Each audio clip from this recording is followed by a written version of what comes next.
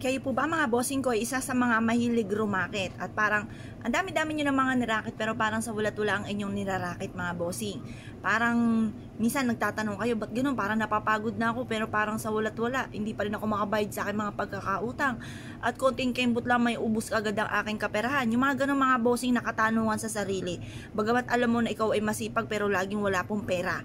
Ngayon pa mga bossing, yan po yung napagdaanan ko ng mga ganyang sitwasyon. Pero kapag wala, nananahimik na lang ako, hindi ko binubukas sa aking pumbibig.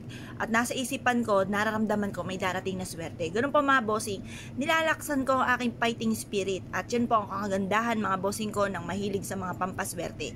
Yung ba tipong hindi ako nalulungkot dahil sa isipan ko, Diyos ko, dami-dami ko mga pampaswerte, hindi ako mamalasin. Yung mga ganun mga bossing, kinokontra ko kaagad ko ano man po yung mga kasalukuyang nagaganap.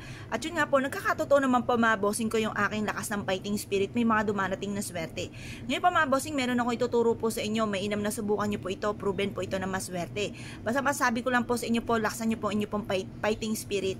Matutupad lahat ng mga kahilingan, basta walang gamit na sana, alam nyo sa inyo pong sarili na kayo po ay magiging matagumpay sa buhay. Ngayon pa mga bossing, ito po inyo pong gagawin. Kumuha po kayo ng 3 sangkap na ito, kagaya po ng asin. Ang asin mga bossing ko, marami na nagpatotoo na sila po'y sinuwerte po dyan at isa rin po yan sa paborito ko ang asin. Ganun din po mga bossing ko, ang bulak. Ang bulak, pagagaanin nito ang daloy ng swerte mga bossing.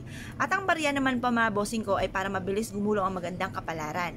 At yan po mga bossing ko ay metal, mas magiging fighter ka sa hamon ng buhay at hindi ka basta-basta susukod na sa hamon ng buhay. Ang mga metal or kaya ang ating mga barya ay may mga iba't ibang kulay. Kagaya ng halimbawa, silver. Ang silver nagtataboy ng kamalasan. Ang rose gold, mabilis sa solusyon sa mga problema. Tapos ang gold for abundance. At yan nga po mga bossing ko ay bilog para mabilis gumulong, mabilis ang pasok ng swerte. At magtatawag po ito na napakaraming pera. Ngayon po mga bossing, pagsamahin itong 3 sangkap na ito. Umarap ka sa may silangan na 6:30 or kaya po'y alas 7 matatapos ating mga pampaswerte hanggang alas 8 lamang po ng umaga. Mag-wish po kayo, sabihin niyo po sa pamamagitan nito ay magtutuloy-tuloy ang pasok ng swerte. Kailanman na hindi na ako mamumblema tungkol sa usapin ng pera at lahat ng mga pangarap ko ay matutupad.